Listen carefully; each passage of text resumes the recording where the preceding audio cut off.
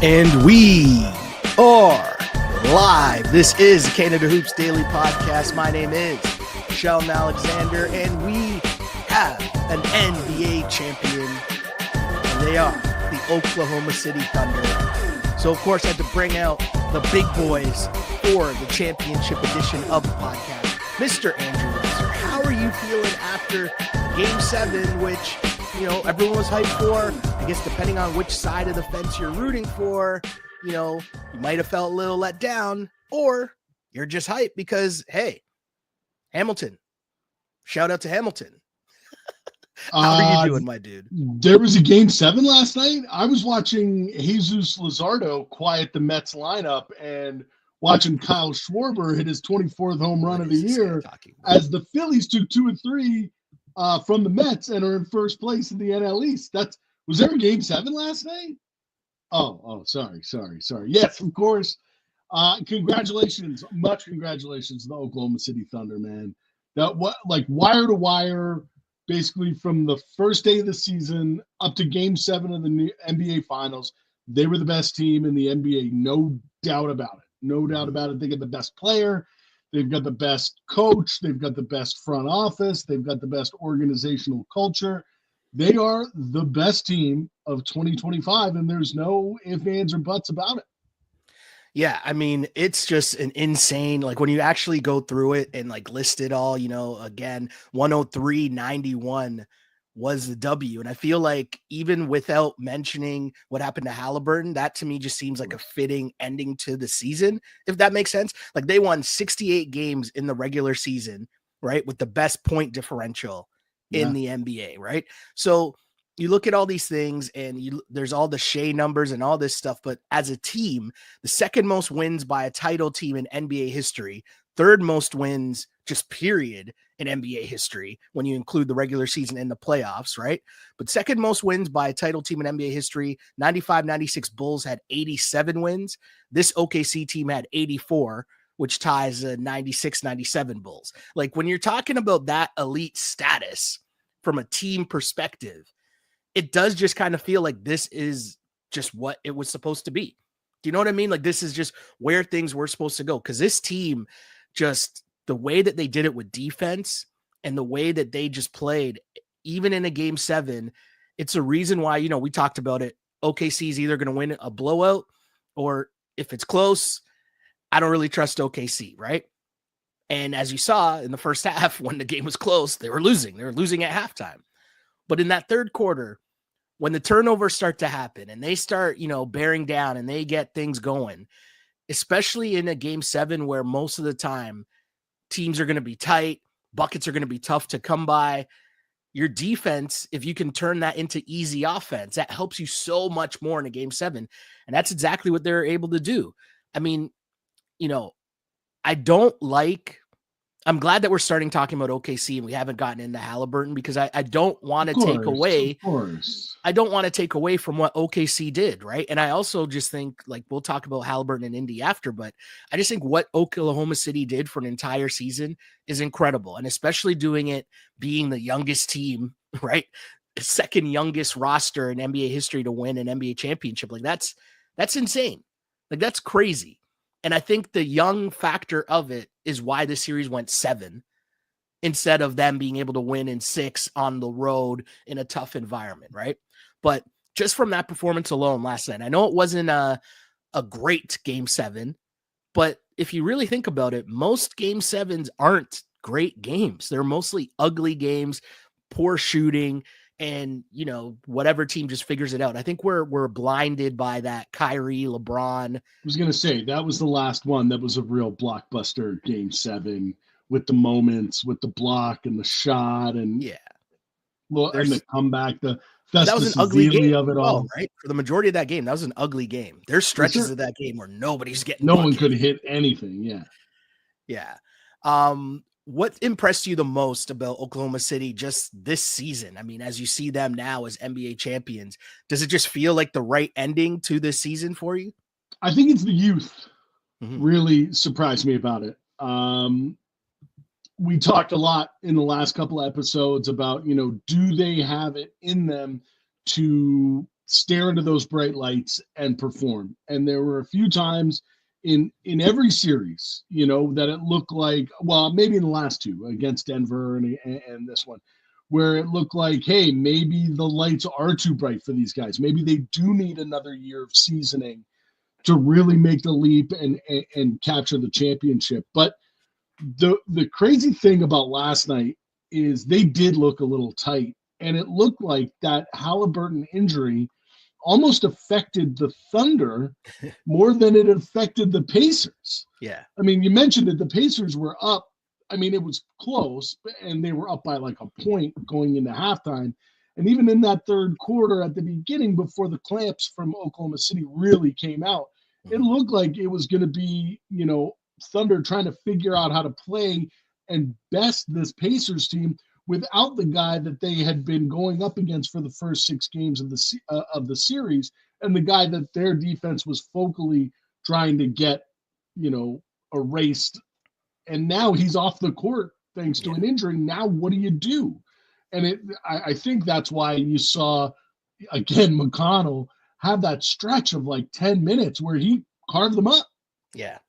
Just gave the ball, got into the paint, and carved them up. But then after that, they took that punch, and then it was the defense kind of figured it out. The team figured it out, and then it was go time. And then from the second half of that third quarter to, I know, was it Mathurin hit a couple of late shots to cut it to 10-ish points around there. But I mean, for me at that point, the defense had figured it out. They had done their damage, and they had won the game.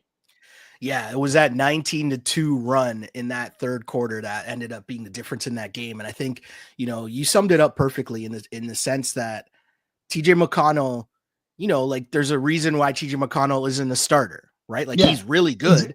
He had that 10 minutes, but if anything more than that, and then you're going to start to figure out the Rubik's Cube of how to stop him, It just becomes too much, right? And then the other problem was, I mean, listen, a lot of things we discussed after the Game 6 pod bore its way into fruition, right? Like I said, for the Pacers to win, you need Halliburton or Siakam. One of them got to get to like 30, right? One of them got to get to like 30 plus. You need to like get on the back of your star and have them carry you. And if you look at how this game played out, yes, Halliburton got hurt, but Siakam finishes with 16, which is cool, but not nearly enough, right? And then you look at the flip side, and Shai wins finals MVP, right?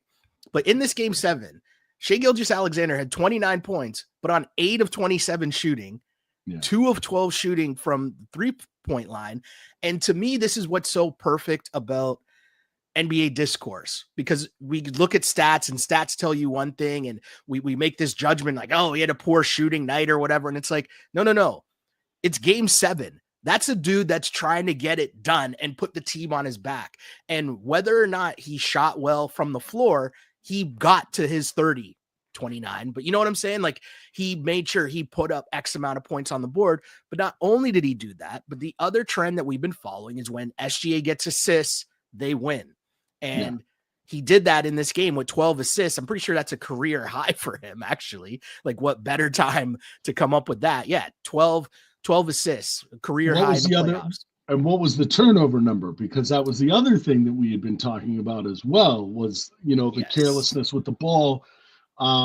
He had one turnover. He had one. He had none going into like the fourth quarter or something. And that, that's the recipe for success. I mean, if Shai Gilgeous-Alexander is putting up 30 points, or 29 in this case, no matter the shooting, because he's going to get his points at the line. Yeah. But if his assists are that high and his turnovers are that low, you don't have much of a chance, especially with your superstar, unfortunately, in the back with a torn Achilles. And the other part that's crazy, right? OKC still shot terribly from 3 in this game, right? So think about how many open shots these guys are getting, right? And they still can't hit shots. For an NBA champion over the last 25 years to be as bad as they were from 3-point line, you don't see that. But that really speaks to the defensive identity of the team and what Shai Gilgeous-Alexander is really good at doing. He's not a shooter. He's not. We talked a bit about team building last game, or last pod, and just in terms of like, how does this impact going forward, how you look to build teams, how you should try to build teams. And I think the takeaway's got to be, I'm building a defense. right? And I'm building effort, and I'm drafting guys who are high motor, high energy, high effort, who are also coachable, who are going to be willing to play defense. And, the reason OKC works is because they're so deep. So you have options, right? If Cason Wallace doesn't have it going, which he actually played well in this game, but you know what I mean? You can go to Wiggins, or if Wiggins doesn't have it going, okay, cool. Well, you know what? We can bring Isaiah Joe, who didn't even play. Do you know what I mean? But they have so many options, but all these guys come in and they play at a high level defensively, because you know what you're getting from Lou Dort, you know what you're getting from Caruso and J-Dub. And I think when you look at a team, and Chet, I can't believe I went this far without mentioning Chet had 5 blocks in this game. Yeah. Right. So it's the other one was Hartenstein. Hartenstein, you could almost not play him for the first 2 or 3 games of the series. I thought he was awesome last night. Yeah. He's just super active, man. He's all over the place, and he makes his presence felt when he's in the game. Like, he's grabbing rebounds. He's like setting great screens. Like, he's just doing a lot. I think that goes under the radar, right? It's not just about the box score with Hartenstein at all, right? But this OKC team, it's just incredible when you think of so many things that Shai accomplished in becoming the finals MVP, right? Like, the 5th player ever to have at least 25, 10, and 5 in an NBA Finals Game 7, joining LeBron, James Worthy, Clyde Frazier, and Jerry West. What?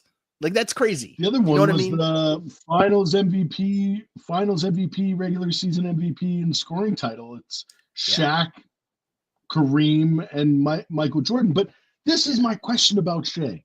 I know that Shai is beloved in Canada because he's from Hamilton. Now he's at the top of the mountain in NBA lore, and he's got the chip, and he's got the MVP. But why does it seem to me that he does not have the skills of it's shocking to see his name with those other guys? Is that the way that the game has gone in the last 15, 20 years? A couple things, right? Like, I remember talking about it with Russell before, when we were talking about like stats and how it fits into the NBA now, and how things are kind of skewed, right? Because there's just more possessions in an NBA game. Games are played faster.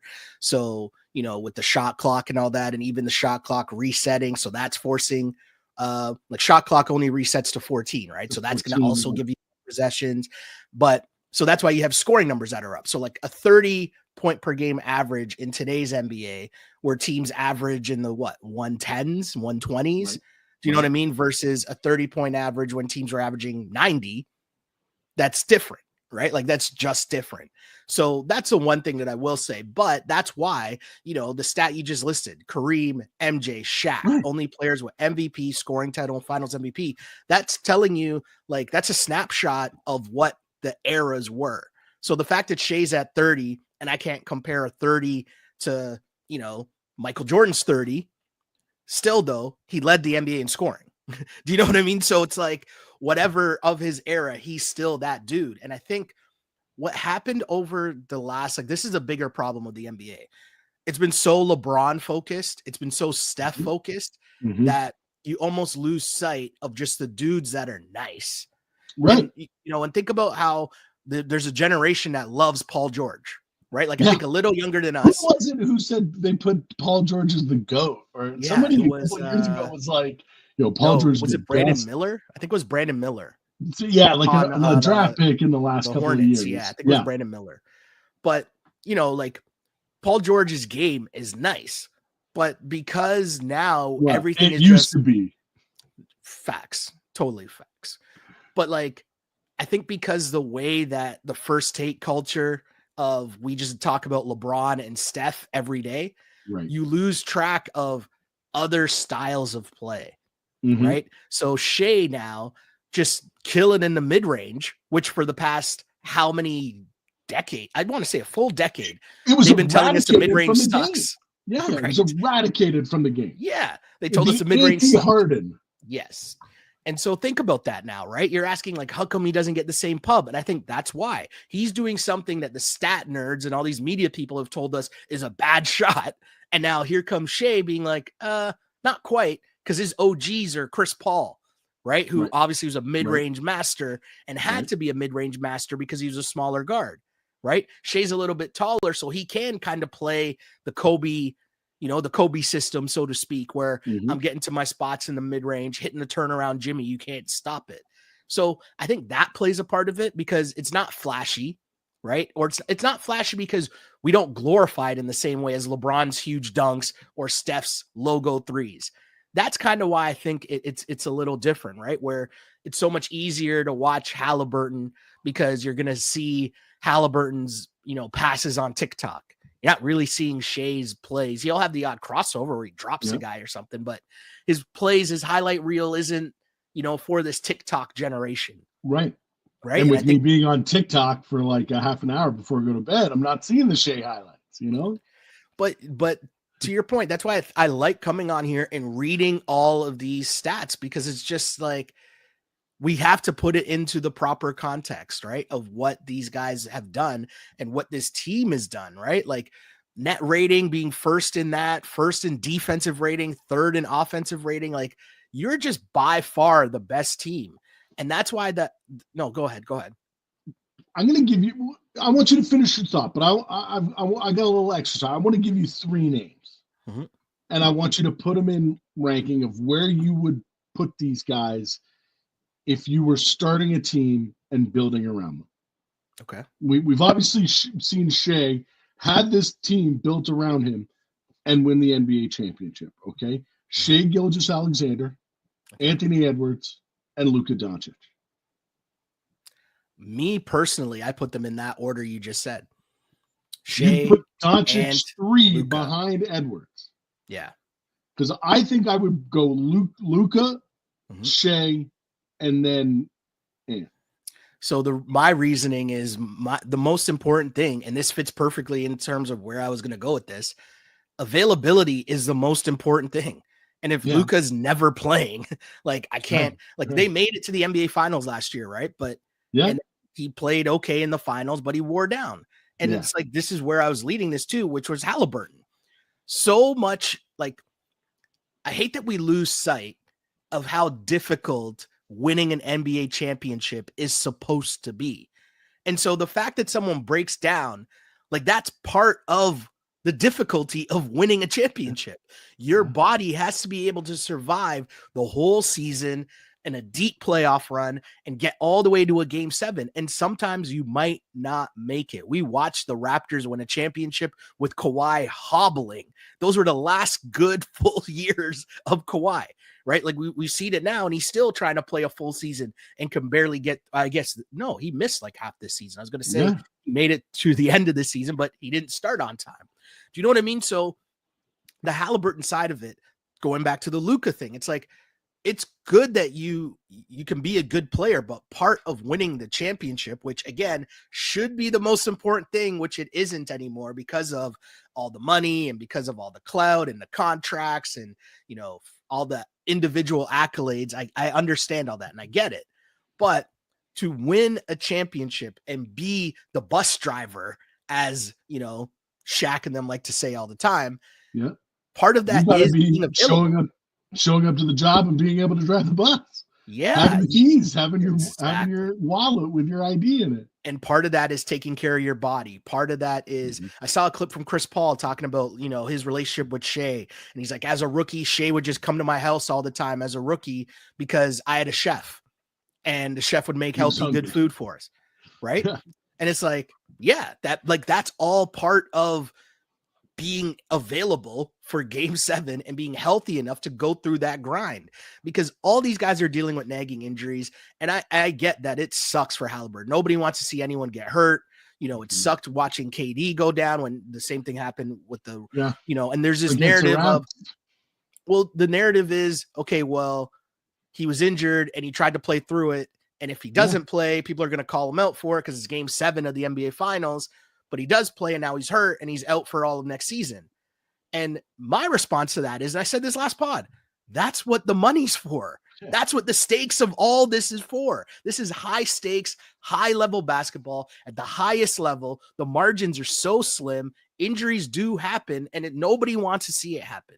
Nobody thinks that it's a good thing. You don't want to see a game 7 decided because of that. But the reality is your best Sometimes your best trait is availability, and being available matters. How you take care of your body in the off season matters. How you manage your body through the season matters. Like that stuff is part of winning a championship. You think Shai's 100% right now?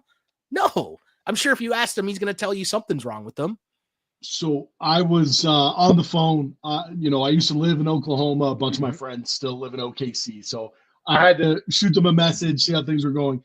And I was talking to a buddy of mine, and he brought up he was feeling himself a little bit, but he said that the Indiana organization should be held accountable for what happened with Halliburton. In saying that, hey, you brought this guy out in a game 7 where everything was on the line, knowing that this calf strain was bad enough that another injury to it could cost your franchise a year, possibly more. But you don't know that. In a game at home that you were an underdog for, what is Indiana doing playing Tyrese Halliburton? And I was like, bro, you have to calm down. Yeah. Because it is game 7.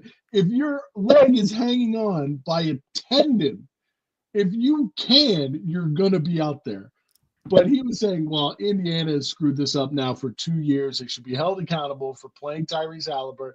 I was like, man, relax. Now, on the other side of this, can I say first thought? Hold on, though. The problem with that theory, though, is Halliburton, I'm pretty sure he had the most threes of anyone that played in that game.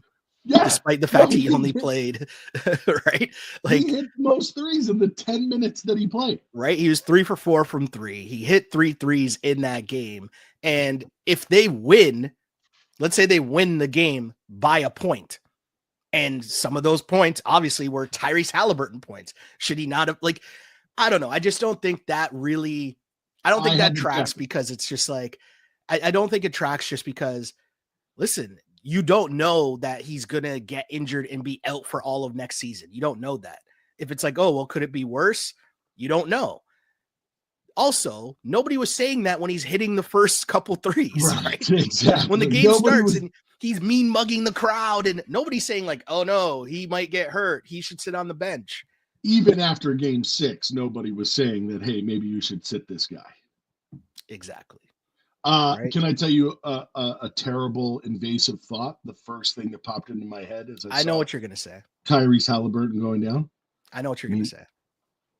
If we nail the draft and Embiid can play, I mean, could the Sixers get a 3 seed? Could next year? I would hope so. If not, you guys are pathetic. Can next year be the year? I mean, Tatum, Lillard, Halliburton. I mean, between you guys and the Cavs, like, it's pretty pathetic. And the Magic. Yeah, but I'm saying in terms of teams that were like in position this year. Well, we were not in position. No. But I'm saying if we go from the start of the season, what we thought might happen, right? Like, we didn't think the Sixers were going to be that bad, right? We thought Sixers would make the playoffs. No? Yeah, of course you thought they were going to make the playoffs. Yeah. You thought they were going to make the playoffs. Come on. At the start of the year, you would have said the Sixers are a top 6 seed. I understand why they had to do it. I just hate the Paul George move so much. I understand why they had to do it. Because, well, this is it all stems from the Embiid extension, which was a terrible idea. Well, let's tie this. Many others have together. Talked about this. Okay, let's tie this all together because it goes to your conversation about star building or team building. And Daryl Morey, hey, I just got to get stars. Yeah, and that's it. So once Harden was out, it was like, oh, we had Ben Simmons. Okay, we turned Ben Simmons into Harden. Now Harden's out. Let me turn that into, and it's just chasing the stars. Right. When really what you probably needed to do was, wouldn't you rather have had like Norm Powell, Terrence Mann? But this is Zubac? my thing too. You know what I mean? Like, if you get 3 dudes to your team instead of just the one Paul George, like, that's really what you guys needed. I hate to turn this into a Sixers podcast, but it was like there were 2 avenues going on at the same time. It was chasing the stars, but it was also building this roster that now, take Embiid and Paul George away, looks pretty funky. I mean, they got some guys. It's interesting. And they've hit on some picks. And they have some talent. It's just like, now how do you marry those 2 trains of thought? And again, you have no idea what you're going to get out of Embiid in the next 365 days. Is he none at all? But I think it is interesting though in terms of youth. Like you saw it play out in this NBA Finals. Because we're talking about, like, even though we're talking about the Sixers, we're talking about the same things here, because everything that the Pacers and Thunder are, the Sixers are not, right? Yeah. Young, right?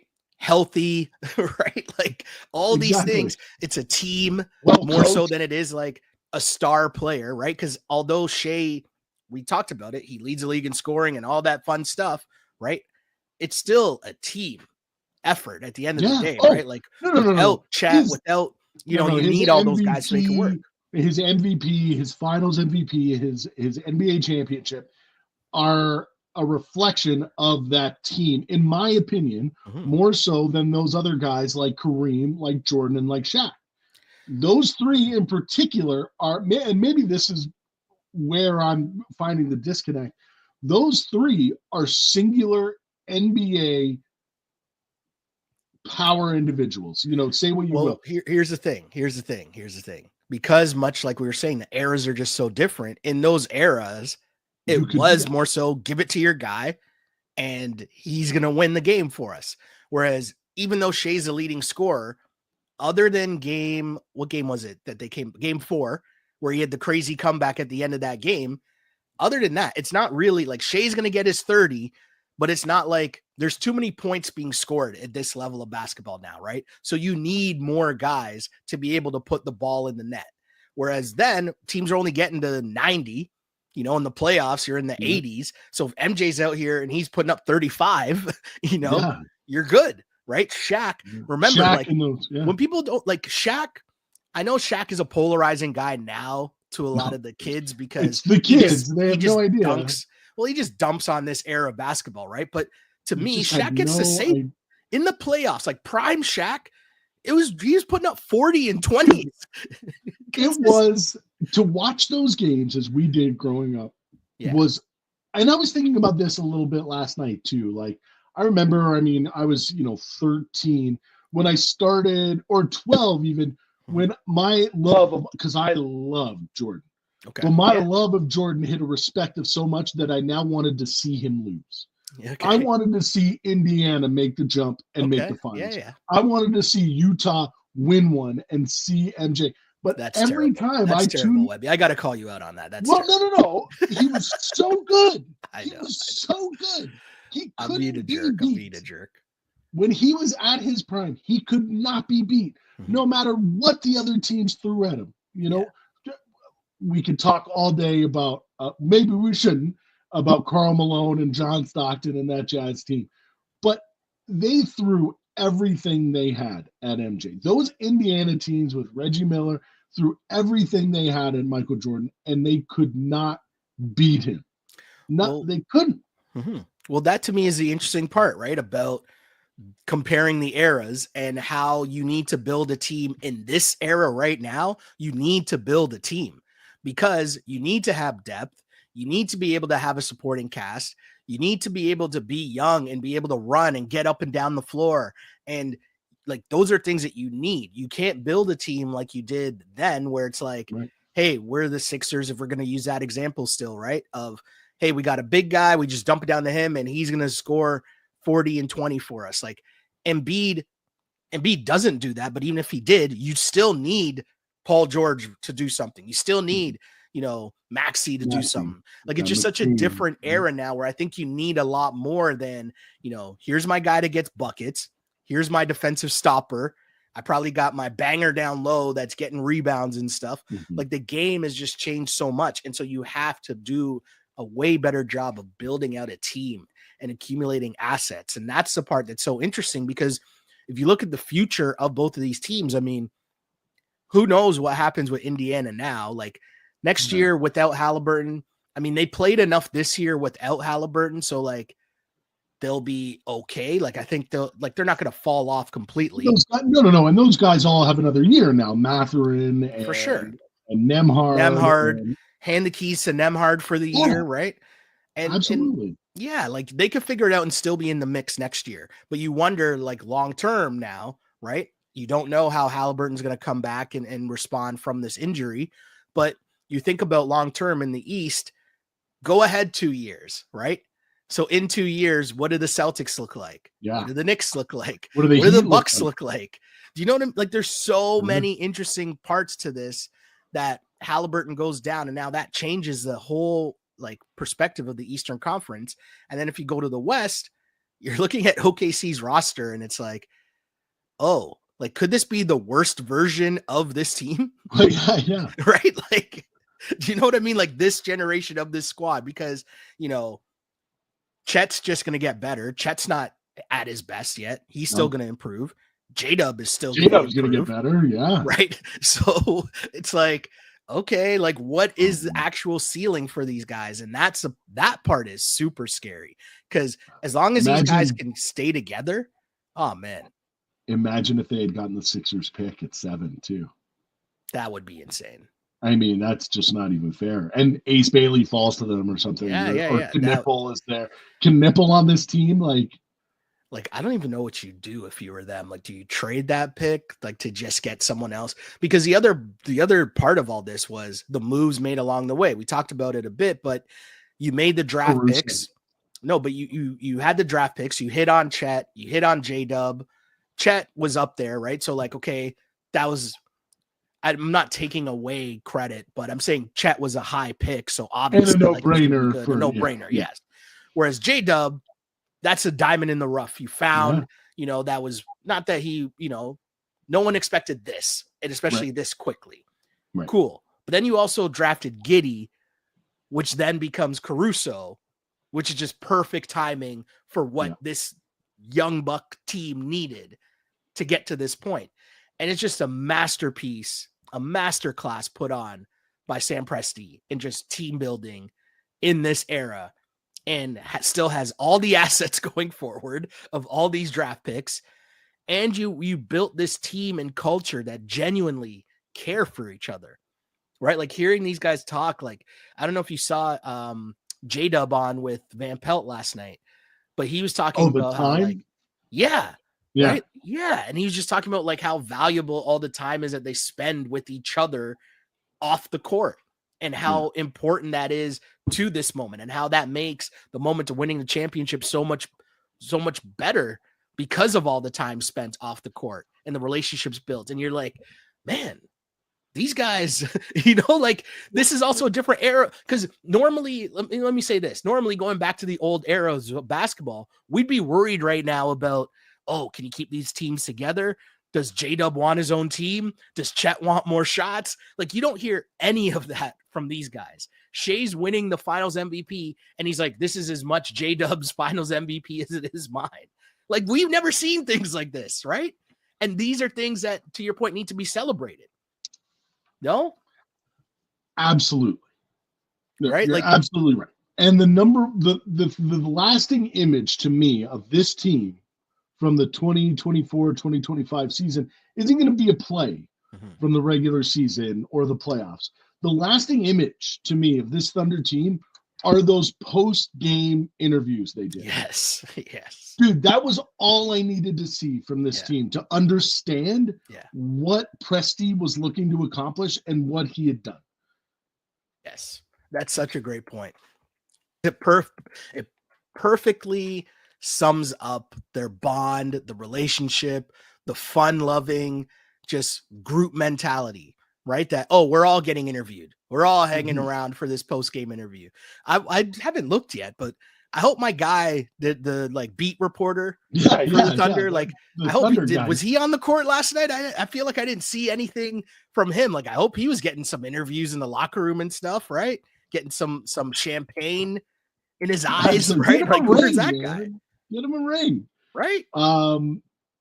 Yeah. And it's just the thing that too, after the whistle had blown, or, you know, when the time was ticking down in the fourth, that okay, they're going to win the NBA championship. Now, if you are the Lakers, if you are the Nuggets, if you are the Houston Rockets, what do you do now? How do you construct your roster to beat this Thunder team? Well, that's interesting. It's very interesting because are you of the camp that if the Nuggets beat the Thunder, the Nuggets win the championship? Too tough. It's tough, right? It's I tough. don't know. I don't know either, right? It's a tough one because I think the T-Wolves probably beat the Nuggets. I mean, they had their number, right? So, but anyways, sorry. But let me answer your question here, because I think it's a great question because we know what the Rockets are trying to do. Yeah, they got Kevin Durant, right? So that's their move, which I think we don't know what the Suns are doing because they're going to play. They're going to play Bradley Beal, Devin Booker, and Jalen Green. All Jalen Green? No. Yeah, Jalen Green. That's what they just got. Yeah. Jalen Green, Booker, and Beal. I was thinking Gerald Green. That's what I was thinking. Gerald Green. Wow, that's a throwback. Yes. Yeah, bring him back.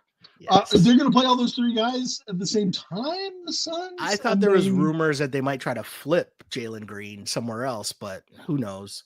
Again, as you said, who knows what Phoenix is doing? They're not even in this equation, okay? Let's be honest here. So even if you just look at how last year's standings broke down, right? Because it was so close, but the Rockets were the second seed after OKC. So they made their move, right? They're like, we struggled to get buckets in crunch time. That's what we really struggled on. Oh, we're bringing in Kevin Durant to be our closer, to be our OG vet.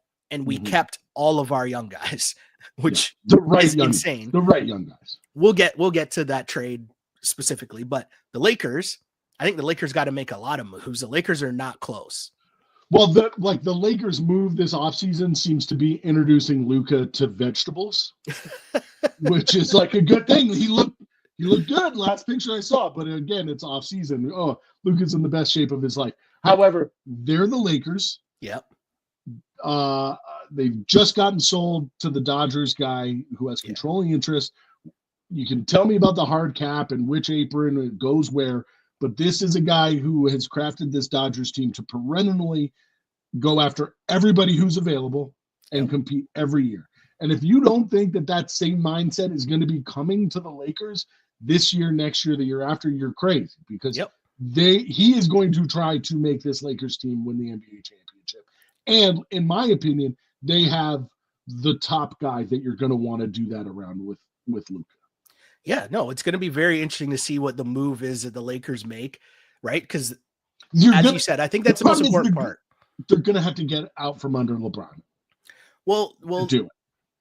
I mean, yeah, that's going to be a very tough one. But I think your point is perfect about how it's important to remember the ownership group, right? And that plays such a huge role in what your goals are. And if your goals are just winning by any means necessary, right? Like we're going to pay Mookie Betts, whatever. We're going to pay Freddie Freeman, whatever. We're going to pay Shohei, whatever, right? Like all those things matter. So it is interesting to see what the Lakers will do. And they need a big guy. So there's a lot of things that could be on the table there. The Nuggets, they probably got to make some moves to tweak because I think you can't go into next season again putting so much on Nikola Jokic solely to carry you through the regular season like he did last year. Like that's unfair. You got to figure something else out there. The Clippers are always going to be the Clippers because you're always going to be wondering, is Kawhi healthy? Is he not healthy? Yeah. How many more years of James Harden do you have? But they're also a team they've got the owner that's going to try to do whatever possible that he can within the rules, right? Minnesota has some interesting moves to make, right? Because Naz Reid, are you going to re-sign him? Like all these teams in the West are chasing OKC. Meanwhile, OKC is the best suited now. They just won the championship and going forward. That's the scary part, right? Like the Warriors, are we buying, Steph in a full season of Steph and Jimmy Butler and Draymond? Are we buying that? They're three great players, but they're closer to our age than they are to anybody on the Thunder other than Caruso, right? Well, it's perfect to what we were just saying, right? This finals being Indiana and OKC, young teams with depth, and they play up and down and play fast. I don't think a Golden State, can play that style for a full season and then 4 rounds of the playoffs. Exactly. When you need healthy Steph, you need healthy Jimmy, and we just saw it this year. They couldn't do it, right? Yeah. Jimmy hasn't been able to do it. Yeah. That's why he's there now, right? So, then you get into like the Memphis Grizzlies. What moves do they have? What are they going to do? Right? Like the Western Conference is so crazy, but how many times has the team won a championship and then you're like, damn, I think they might even get better next year? Yeah. Like that doesn't happen. It's normally, oh no, they're going to lose this guy or they might have to lose that guy. Well, the Celtics last year. The Celtics, I don't know if you thought that they were going to get better. Yeah, you yeah. thought you that they were going would to come be back just as good. Yeah, that's fair. That's fair. And the Celtics, I mean, when you really think about that team and just the whole Jaylen Brown, Jason Tatum era, like going back to when they lost to LeBron in the conference final, right, in Game 7 to now, and the different iterations of, think about Kyrie and what's the name? Gordon Hayward. Gordon Hayward, yeah. Right? Remember that team. And then that doesn't work. And then they had Al Horford and then let Al Horford go and then had to bring Al Horford back. Right? Sleeper and then agent.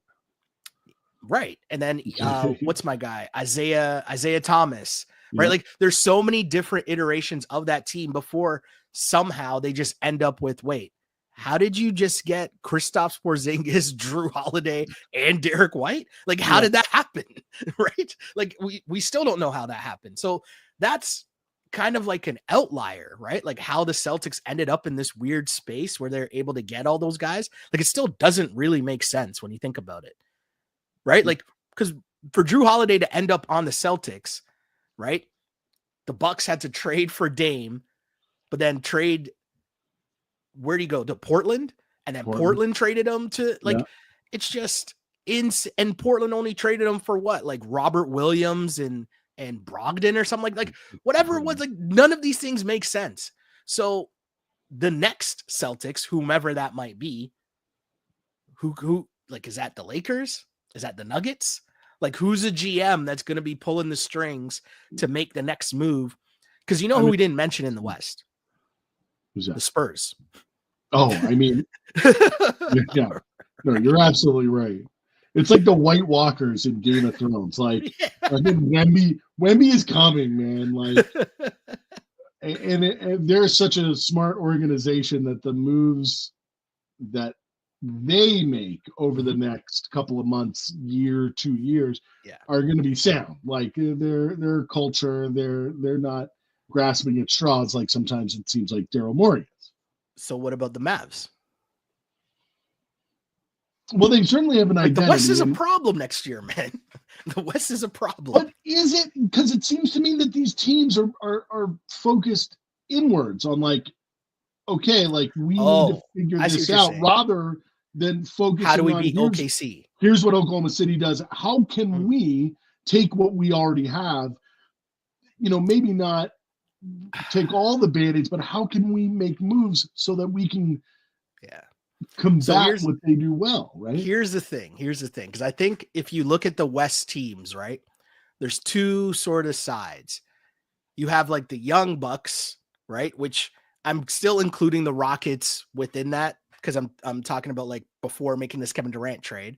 But like you got the Rockets, you got the T-Wolves, you got the Grizzlies, kind of like the younger squad that's like, we're up and coming, but we play fast, we play up and down.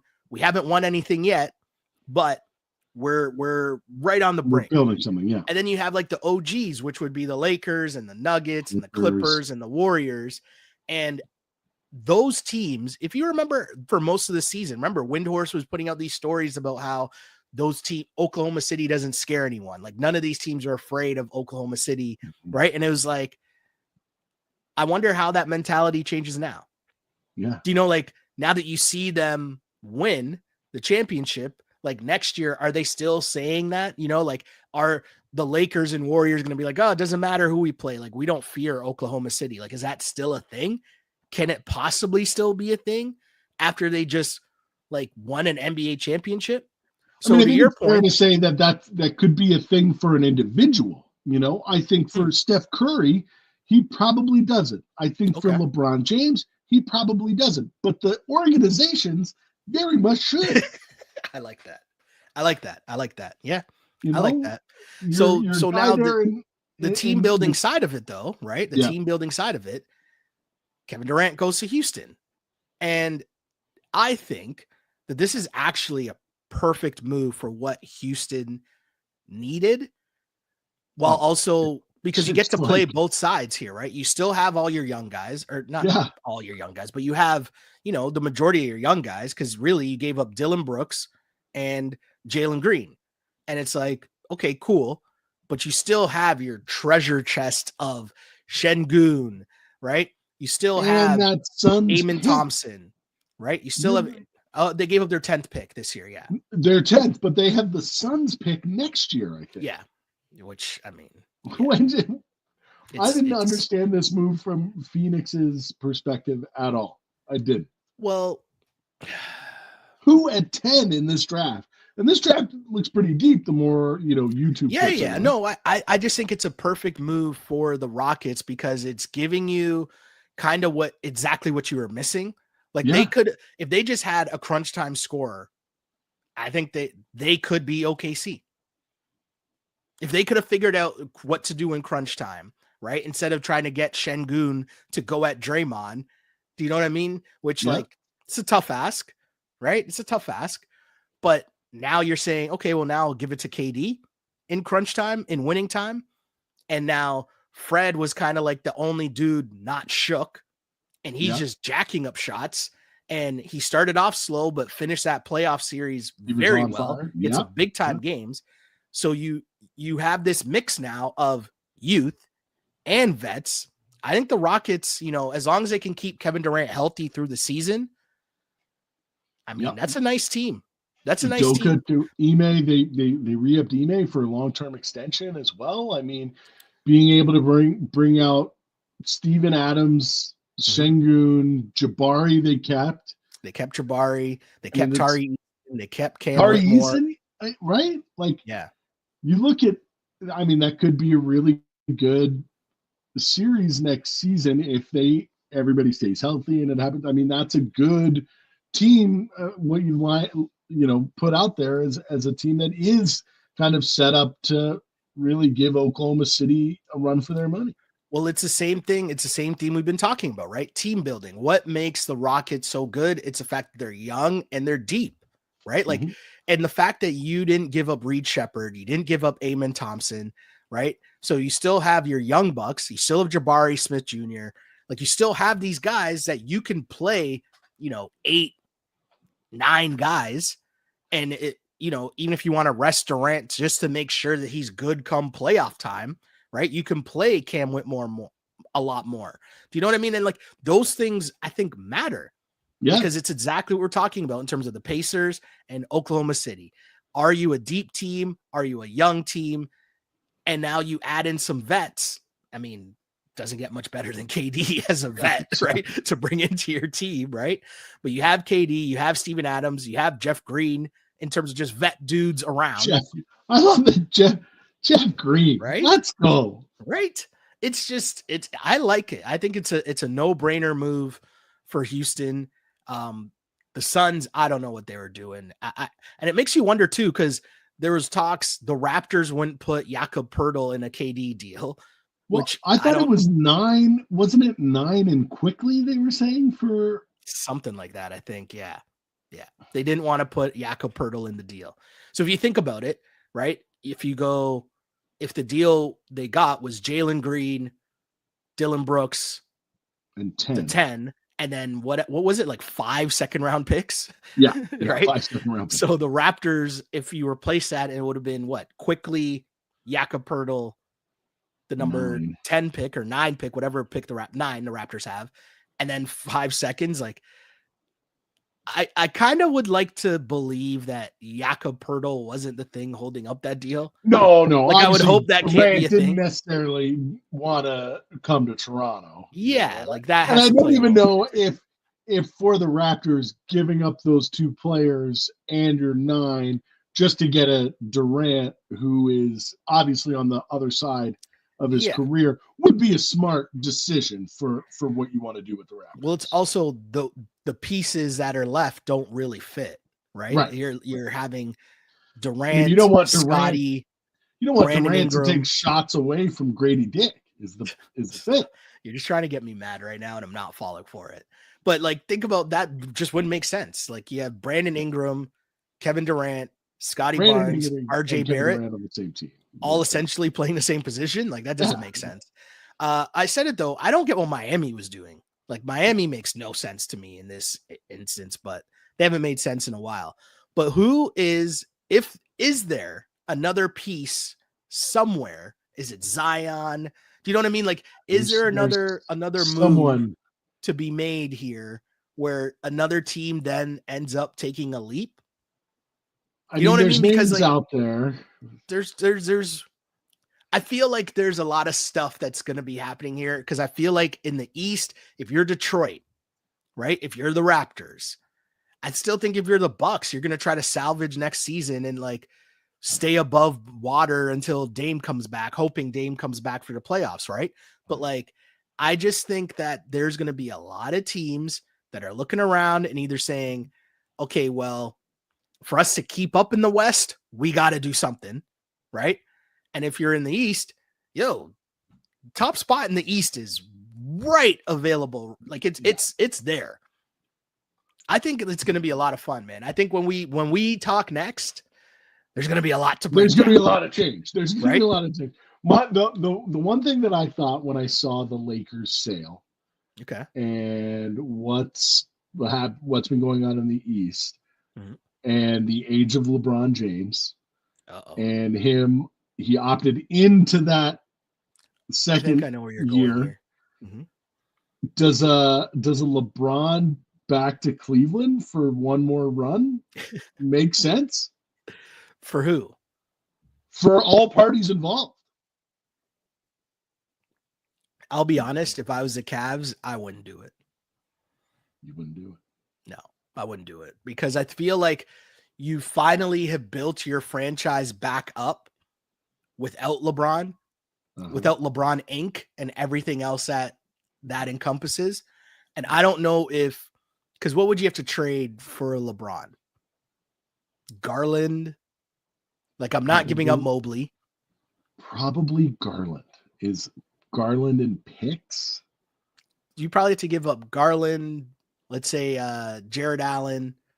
Yeah, they would want a big back. Something like that. Yeah. And I don't think I would do that. And I also don't think that LeBron with Donovan Mitchell and Mobley, I don't know if that for sure. Ooh, actually, hold on. In the East next year. Hold on. In the East next year. Doesn't that seem really? I think on paper it sounds better than it actually is. I don't know, and I'm not smart enough to know exactly what it would take. I think the Knicks would still be better than the Cavs. Although, who's coaching the Knicks? Do we know that yet? Hold on. Is that just without Garland and Jared Allen and bring LeBron in? You don't think they're better than do you think that the way that the Cavs are currently constructed are better than the Knicks? Because I feel like LeBron just sucks the air out of everything at this point. Yeah. And like, no, I hear you. And like their team, the way that they played. But the farewell tour, and also the way that the Cavs played when they were playing at their best, right? When everyone was healthy and you had Mitchell and Garland just running and gunning, and but isn't now LeBron's going to take all those touches, right? LeBron's going to have to play the 4 where Mobley, like, I don't know. LeBron's going to play the 4, but not really play the 4. I don't know. It's too much. But I mentioned the Knicks. What are the Knicks doing? Who knows?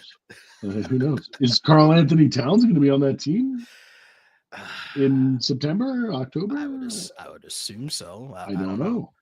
Is Brunson's dad going to be coaching the team? Imagine that. Imagine that. I don't know. Either way, so much to talk about in NBA land. The draft is later this week. Draft is Wednesday, man. The draft is Wednesday. That is insane. Give it to me, brother. How did that happen? I just have YouTube clips of Knipple just running in the back. So that's who you want, eh? If the Sixers can trade down to 5, or somebody out there loves Edgecombe. Is it Charlotte has 4 or 5? Charlotte has a 4th or 5th pick. Somebody there around that area loves Edgecombe, and I love Edgecombe too. I mean, you want to talk about a guy who pops off YouTube and can crush it. I think it is Charlotte. Somebody likes Charlotte. It. Charlotte has 4. If you can get future draft capital for next year, where I don't think the Sixers have a pick next year or the year after. Probably not. And then be able to move down to a place where you can get Knipple. I like him. That's who you want, eh? Okay. He'd be a guy whose jersey, but I'd probably get an Edgecombe jersey too, though, if he is going to yam on people. Fucking. Yeah. Have you been following this Ace Bailey thing? Yeah. I'll tell you where I was at on Ace Bailey. Okay. Can I tell you where? I'm listening. Full Mets uniform, throwing for the publicity of him throwing out the first pitch. I saw that and I said, I'm good. But the story is kind of crazy of like dinner reservations booked. Yeah. Everything booked, and then somebody in his camp, in his representation, pulled the plug on it. But I was listening to it's a weird story, man. Great Sixers podcast, writes to Ricky Sanchez. If you are a Sixers fan out there, listen to those guys. They're awesome. They were saying if anybody would have that happen to them and still pick the guy, it's Daryl. If Daryl really likes Ace Bailey, he would just completely turn a blind eye to that. But trading down a bit to get a pick, a first round next year, and then be able to draft Knipple, I think is the ideal way to go. But if they draft Edgecombe, I like that. I don't love Ace Bailey. It's weird, like how this is playing out, right? Because the talk is that whoever his agent is trying to, like, they're canceling meetings with a bunch of teams that he doesn't want to go to, with the thought that, so this last thing here I see says that ESPN's latest mock draft has the Wizards selecting Ace Bailey at 6. According to ESPN, Bailey has declined workout invites from Philly, Charlotte, and Utah, seemingly prefers Washington, New Orleans, or Brooklyn. Who's giving you that advice? Have you been paying attention to the NBA for the last 5 years? You know where I really want to go is New Orleans. Who's ever said that? Those Pelicans seem like they've got their act together down there. I'm avoiding workouts because, I really want to go to the Washington Wizards. So, what is happening? So where are the Pelicans picking? So the Pelicans have the 7th pick, Washington has 6th pick, and Brooklyn as 8. So it goes Washington, Zion, the 6th pick, and future first for the 3rd pick, and Paul George. You want to do that? Wow. Side note, this is a little off topic, but still on topic, because he's saying, like, I want to go to New Orleans, which is just weird to me. I watched that Pivot interview. I always want to go to New Orleans. It's a great city. Fair. But the Pivot, the Ryan Clark podcast, they did an interview with DeJounte Murray. And DeJounte Murray, who, I think everybody should listen to a DeJounte Murray interview because he's just a real one. And he's a very interesting story. And he's just a real one, like a good dude.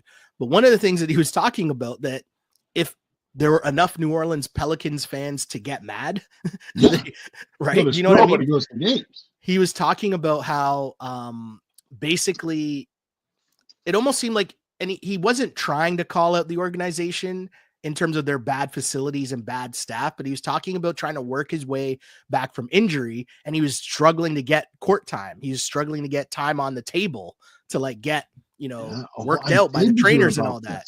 And it's like, so he was talking about it in the context of how much he was struggling with his mental health, getting back into playing shape, right? But within that, he's telling the story of how, like, it just didn't match up with any of the other organizations that he'd been with before. Like, he never had to struggle to get court time, right? To, like, figure that stuff out.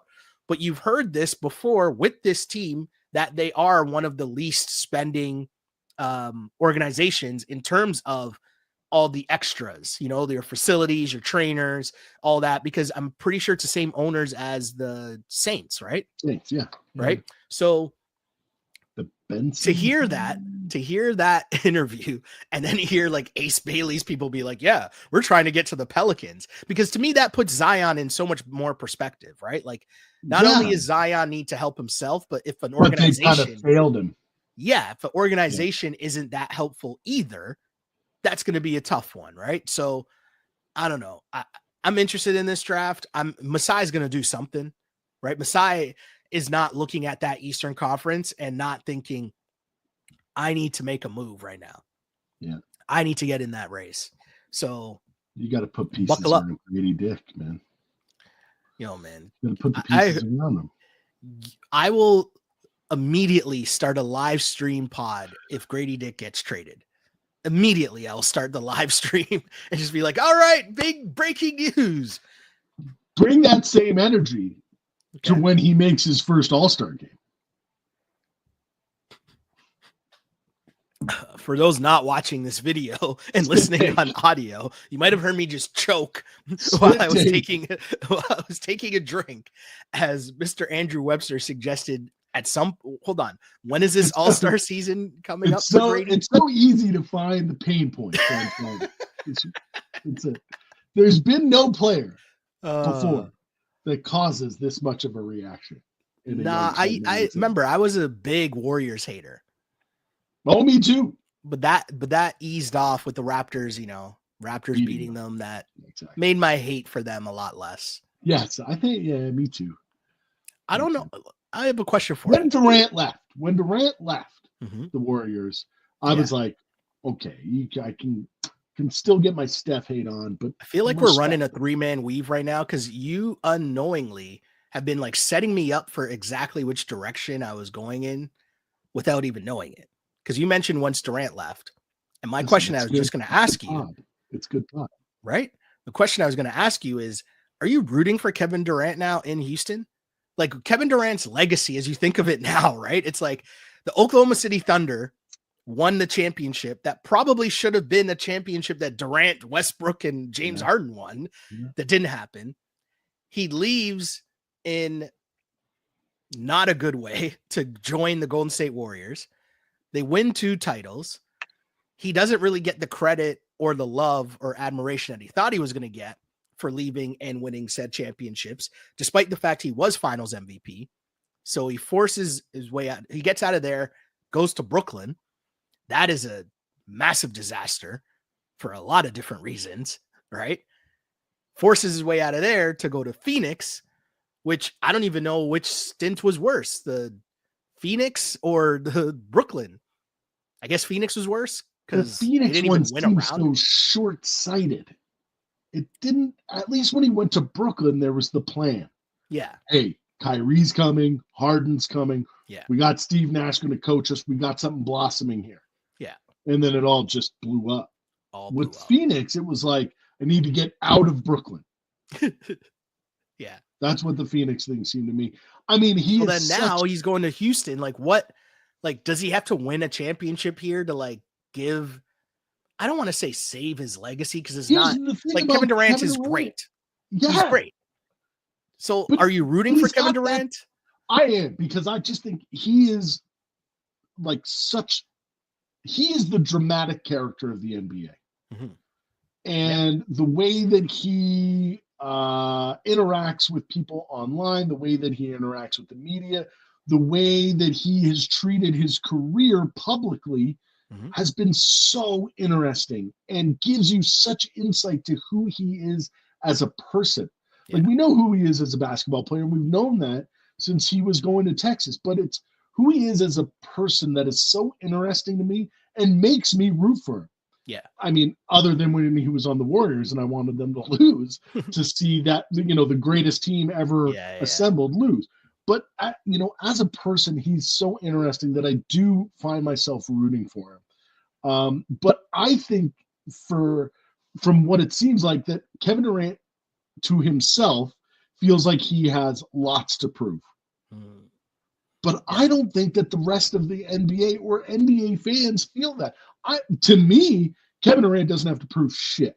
Yeah. Kevin Durant is one of the best players I have ever seen play.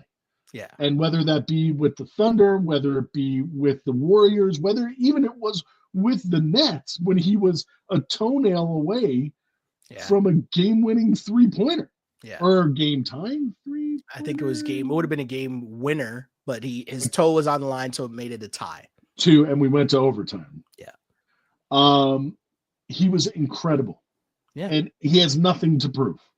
But it's very interesting that Kevin Durant, to himself, feels like he has still so much to prove to the NBA, whether they be fans or his peers. And it's kind of crazy, but dramatic and thematic.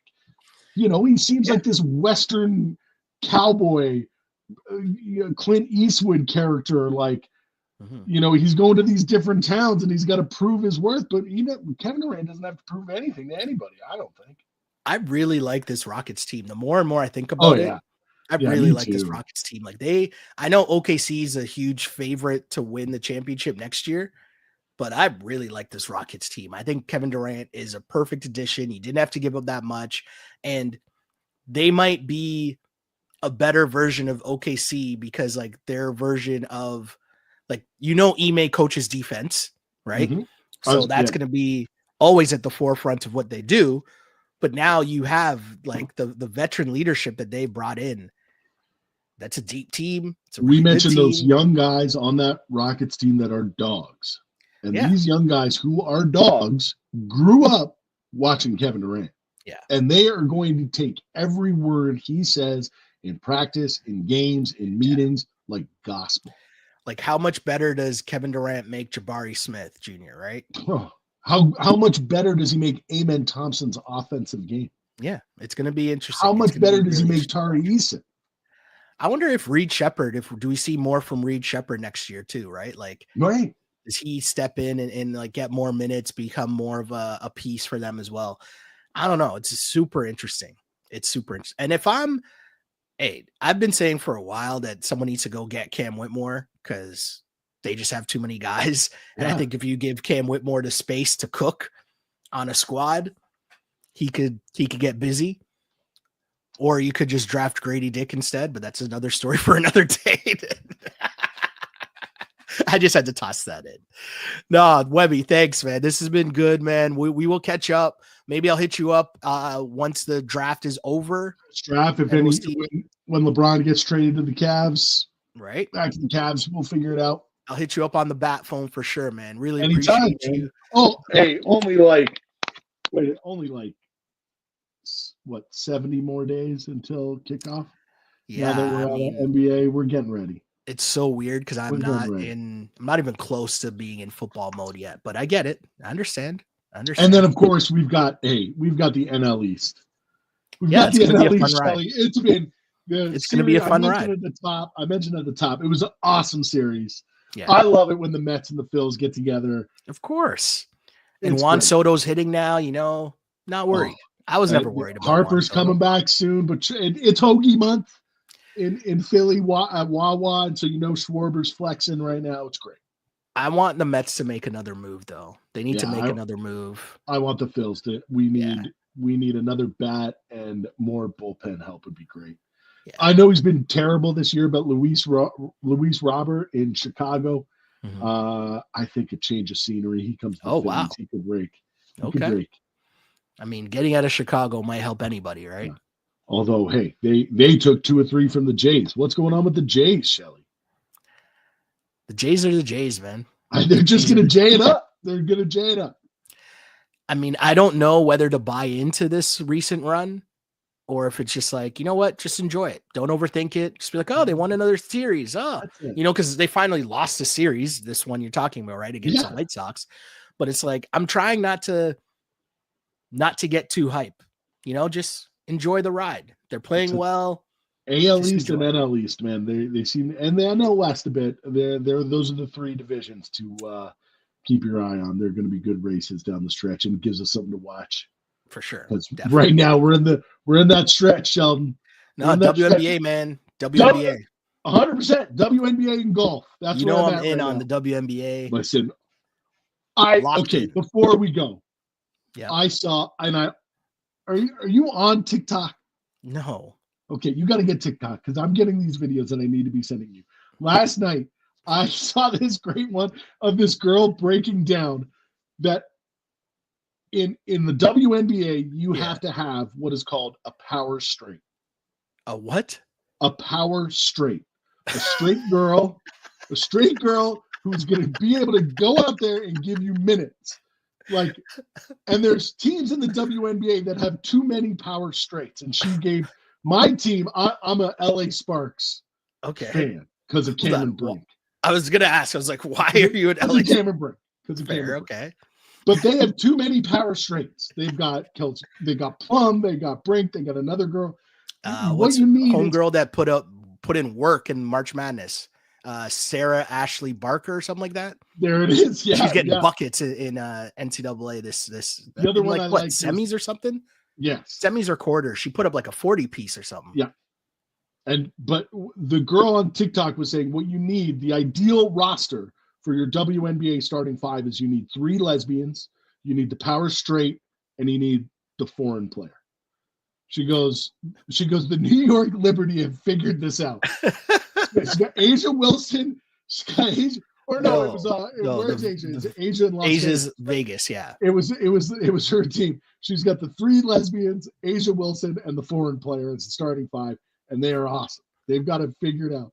So we've got to figure this whole roster building. It's a whole nother. It's the thing that makes, to me, the WNBA so intriguing, right? Because the games are getting better, the athletes are getting, the actual basketball is getting better, but then there's this entire other subplot of like romantic involvement that is unbelievable.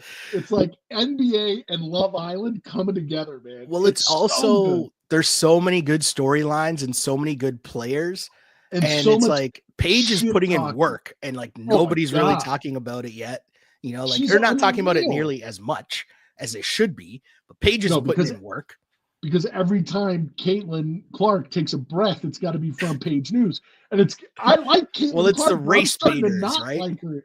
I'm starting to root against her because of all this bullshit. Yeah, it's the race baiters. And I stopped myself. I think I actually sent the text message to Felon. I was like, I'm waiting. I'm going to say this on the pod because whoever listens. Listen, our peoples who listen won't be offended by this, but I was like, no. And it's not even bad. It was just when that fight happened, right? That game, which was incredible, by the way, the Fever Sun game, where Caitlin Clark was getting fouled by what's it? Lacey Sheldon. Is that her name? No, she's not to be messed with. I think that's her name. Lacey. Yeah, I don't want to get her name wrong. But when that happened, I was like, it's funny how this isn't going to be everywhere because it's white on white crime. But if it was the black girl that hit Caitlin Clark like that, and that started like a fight, the internet would have went insane. The internet would have been going crazy. But because it was white on white crime, whatever, look at this. And it went, but it didn't travel the same way as when Angel Reese gave her a dirty look from across the court. Right. And like everyone's clapped on the bench when she got fouled. Like, what the fuck was that? Or like if people just tuned in to watch basketball, that shit was incredible because they were talking shit. First off, Caitlin was just like, what are you going to do? What are you going to do? Homegirl hits her in the face. And then Caitlin pushes her. And here comes Money Mayberry out of nowhere. And then Cunningham had to put that shit down. My power straight on the shoulder check. Oh, yeah. I didn't know that screen she set. Yo. Girl. Oh, man. Well, Cunningham, I didn't realize that Cunningham was like a black belt or some shit. So like if she really wanted to like fuck her up, like she could have. She's like, you could kind of tell she did the whole like, I'm just gonna hold you here. And you're like, not going anywhere. You're not doing anything. And she was saying, because one of the TikToks that did make it over to no, it was this person, it was this woman who I think is deaf. So she was lip reading. And on her account, she like lip reads all the like trash talking. John Boy for WNBA. I was like, yo, the internet is so, I'm like, what am I watching right now? But she did the whole, she was lip reading it. You could see Cunningham. She grabs her and she's like, do something. That's all she keeps saying. I'm like, yo, the WNBA is incredible. Like it honestly is so much fun if people just shut up and watch basketball and actually liked basketball. There's so much going on. No, the basketball, but then the storylines, it's when it gets to like you say, the race baiters and the people trying to get clicks. That's no. We want the real storylines. You know, because my boy hit me up a while ago and he asked me, he's like, "Yo, what's with this Angel Reese, Caitlin Clark thing?" I'm like, "It's fake. It's not real. Nobody that actually watches basketball thinks that there's a comparison between the two. It's just stupid internet trolls race baiting to have an argument about something that nobody actually thinks is a conversation. Nobody is comparing Angel Reese to Caitlin Clark. That's not a real thing. Fake internet storyline." Maybe we get together later this summer and we give our WNBA takes. Well, hey, listen, Canada Hoops. I had Toronto Tempo coming through, man. I put it on at home because I have two little girls running around. It was same at the PWHL. I love to just put it on so they look up at the screen. There's girls playing basketball on TV. There's girls playing hockey on TV. That's what it's all about. Let's go. Well, we got to get. This has been a great. We got to get my Sparks. We got to get my Sparks up. They're 4-10 right now. 8.5 games back. Yeah, they're struggling. Kelsey's hurt too, right? Yeah. Last I saw, Kelsey was hurt. She wasn't playing. Got to get some lesbians. Shouts to Rakia too. Rakia. Yeah, Rakia is the other. They got a squad out there, man. They got a squad. Yeah. Oh, the other. All right, Webby. You got one more. Oh, you got one more. Okay. Well, the other guy that I have on TikTok with the WNBA games, he does the smash, no smash. Oh, I've seen those. Yeah. That's on Instagram. Yeah. That's very misogynistic and obviously, but it's fun. Okay. Yes, we are allowed to say that it's comedy. We're learning names of the players too. We live in an attention economy these days, so what people need to do to get attention. All Sophie Cunningham. Listen, hour and 20-minute pod after a Game 7 NBA Finals. We can talk about whatever we want. That's what we're at. Whatever we want. Hey, we're going to turn into a WNBA pod soon, man. That's it. Starting get on it. Just put it on TV for the girls. That's what it's about. Let's do it. Webby, man, I appreciate it as always. I know the people can find you online at awebster84. Yeah. Message him, talk trash about his Phillies. Birds. Go Birds. Sure. People want to do that too. Why not? Happy birthday, Howie Roseman. The architect. Architect. Okay. All right. Well, my name is Sheldon Alexander. You can find me online at Shell Alexander on Twitter, and Sheldon Alexander on Instagram, and of course on YouTube. That's where you can find all the clips all chopped up for the Canada Hoops Daily podcast. Just search Sheldon Alexander or Canada Hoops Daily. Also the Instagram accounts, Canada Hoops Daily, same thing, chopped up clips, all that fun stuff, the content. Make sure you like, follow, and subscribe wherever you get your podcast, because as I always say, I used to pray for times like this to rhyme like this. This is Canada Hoops Daily Podcast, as always, unpolished and unapologetic. Until next time, see ya.